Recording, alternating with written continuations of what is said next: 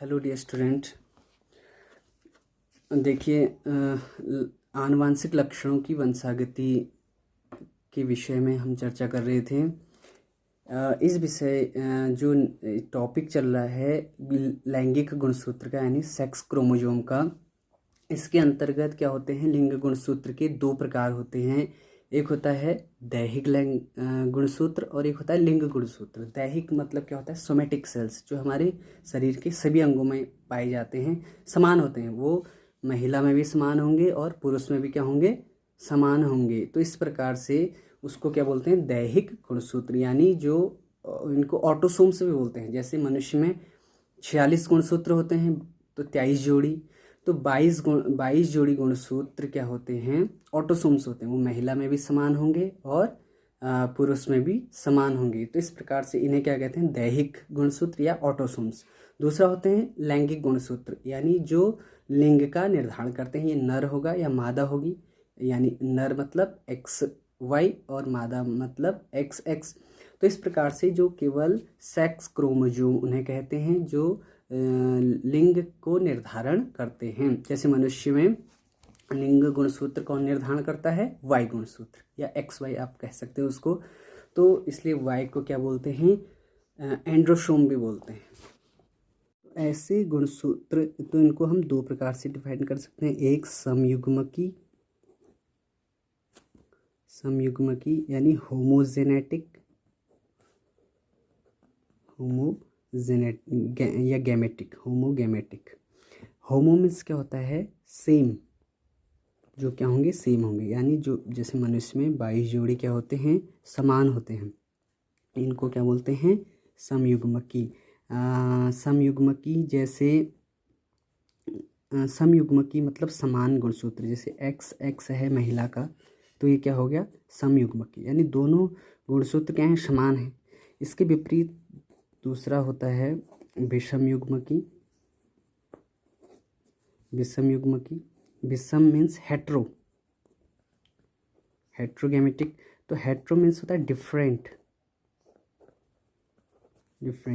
यानी जैसे XY है तो X अलग गुणसूत्र है, Y तो दोनों क्या हैं, असमान हैं। तो X जिसमें मनुष्य में X और Y, तो ये क्या होगी, विषमयुग्मकी। तो ये क्लियर हो गया, समयुग्मकी और विषमयुग्मकी। तो लिंग निर्धारण की 4 विधियां बताई गई हैं, जिसमें ड्रोसोफिला भी आता है। ड्रोसोफिला में किस प्रकार का निर्धारण होता है, XX और XY का। इसी प्रकार से मनुष्य में और जो आपका फलमक्खी, और इस प्रकार से जो है 4 प्रकार का निर्धारण होता है। तो सेक्स डिटर्मिनेशन में जीनी गुणसूत्र, यानी जो जीन्स होते हैं, गुणसूत्र में जीन्स उपस्थित होते हैं, उसके अकॉर्डिंग जो होता है, अधिकांश जंतुओं में क्या होता है, जीन के थ्रू लिंग निर्धारण होता है, जिसमें 50% नर और 50% क्या बनते हैं, मादा बनती हैं। तो गुणसूत्री लिंग निर्धारण विषम युग्मकता पर निर्भर करता है। विषम युग्मकता, जैसे कि मैंने अभी आपको बताया था, विषम युग्मता क्या होता है, X और Y ये क्या होते हैं, दोनों विषम हैं। तो इसी पे ही निर्भर करेगा। अगर ये XX ये जो नर वाला X है मादा वाले X से फ्यूज करेगा तो क्या बनेगा, XX, यानी मादा संतान बनेगी। और अगर ये नर वाला Y इस मादा वाले X से, चाहे इससे फ्यूज करे या इससे, 2 अंडाणु बनेंगे। जो कोई किसी भी अंडाणु से फ्यूज करे तो क्या बनेगा, XY यानी नर। तो 50% क्या बनेंगे, नर, और 50% मादा। तो इस प्रकार से XX और XY द्वारा लिंग निर्धारण की ये क्रिया होती है। जैसे कि मैंने वही बताया, मेल ड्रोसोफिला है। मेल ड्रोसोफिला में ऑटोसोम्स मतलब मैंने बताया था बराबर होंगे।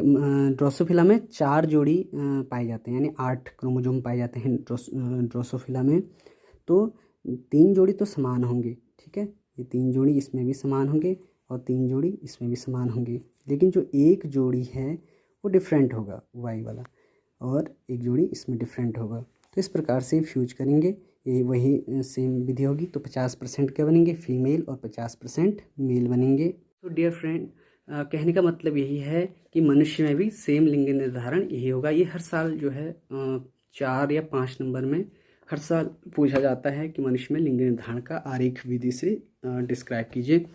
तो मनुष्य में आपको पता है कि कितने जोड़ी गुणसूत्र होते हैं, 46 गुणसूत्र होते हैं, 23 जोड़ी गुणसूत्र होते हैं, जिसमें से 22 जोड़ी ऑटोसोम्स होते हैं दैहिक, जो आपके महिला में भी सेम होंगे यानी मादा में सेम होंगे और वही नर में समान होंगे। 22 जोड़ी उनको ऑटोसोम्स बोलते हैं या दैहिक गुणसूत्र बोलते हैं। और लिंग गुणसूत्र एक जोड़ी होता है जो केवल पुरुष में पाया जाता है, वाई गुणसूत्र। तो एक बार 2004-5 नहीं 2012 के क्वेश्चन में यही पूछा गया था कि मनुष्य में कौन सा गुणसूत्र लिंग परिवर्तन के लिए उत्तरदायी होता है। तो आपका आंसर क्या होगा, वाई गुणसूत्र या एक्स वाई गुणसूत्र भी आप कह सकते हैं, लेकिन वाई गुणसूत्र जिसको हम क्या बोलते हैं, एंड्रोसोम्स भी बोलते हैं। तो मनुष्य में सेक्स डिटर्मिनेशन ह्यूमन बॉडीज, मनुष्य में भी एक्स एक्स और एक्स वाई गुणसूत्र पाए जाते हैं जो कि सेम ड्रोसोफिला में होते हैं। मनुष्य की कायिक कोशिकाओं में 46 यानी 23 जोड़ी गुणसूत्र होते हैं। इनमें से 22 जोड़ी गुणसूत्र क्या होते हैं, ऑटोसोम्स कहलाते हैं। और 22 जोड़ियों के दोनों गुणसूत्र अपने अपने जोड़ीदार के बिल्कुल क्या होते हैं, समान होते हैं, जिनको ऑटोसोम्स मैंने बता दिया था। 23वां जोड़ी इसको क्या बोलते हैं, हेट्रो। हेट्रो मीन्स डिफरेंट, या लिंग गुणसूत्र भी हम इसको कह सकते हैं, सेक्स क्रोमोसोम। स्त्रियों में तो ये समान समरूपी होते हैं यानी समयुग्मकी। क्यों होते हैं समयुग्मकी, क्योंकि एक्स एक्स है, दोनों क्या होंगे, समान होंगे।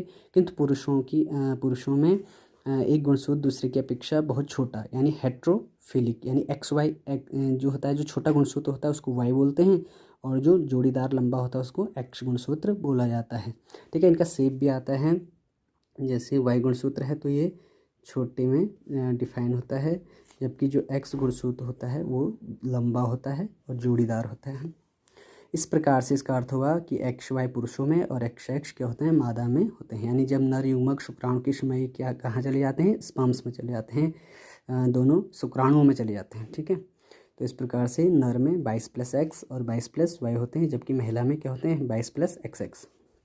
इसके विपरीत स्त्रियों में क्या होते हैं, डिफरेंट होते हैं। तो इस प्रकार से वाई गुणसूत्र को क्या बोला जाता है, एंड्रोसोम। और वही प्रक्रिया सेम होगी इसमें। अगर मान लो आपका एक्स और वाई, इसको आप चेकर बोर्ड से भी बनाते हैं या आरेख से, किसी भी थ्रू आप बना सकते हो। अगर आरेख से आता है तो आप कैसे बनाओगे, एक्स एक्स और एक्स वाई करके इसको ऐसे आरेख से दर्शा दोगे, x x, x y, x x और एक्स वाई, जो कि बहुत ही ईजी है। अगर चेकर बोर्ड से आता है तो मेल को यहाँ दर्शा देते हैं, फीमेल को यहाँ दर्शा देते हैं। फीमेल में कौन कौन से गुणसूत्र होते हैं, समयुग्मकी होते हैं या समयुग्मकी। ठीक है, एक्स एक्स, तो ये एक्स एक्स इससे फ्यूज करेगा तो एक्स एक्स बनाएगा। एक्स एक्स क्या होता है, मादा, आपको पता है। ये एक्स और वाई के साथ फ्यूज करेगा तो एक्स वाई बनाएगा, जो कि क्या बनाएगा, नर बनाएगा। ये एक्स एक्स किसके साथ फ्यूज करेगा, एक्स के साथ, तो क्या बनाएगा, मादा बना देगा। और जब जो शुक्राणु है, वाई शुक्राणु मादा अंड यानी एग के साथ फ्यूज करेगा ओवा के साथ, तो क्या बनाएगा, एक्स वाई, तो ये नर बनाएगा।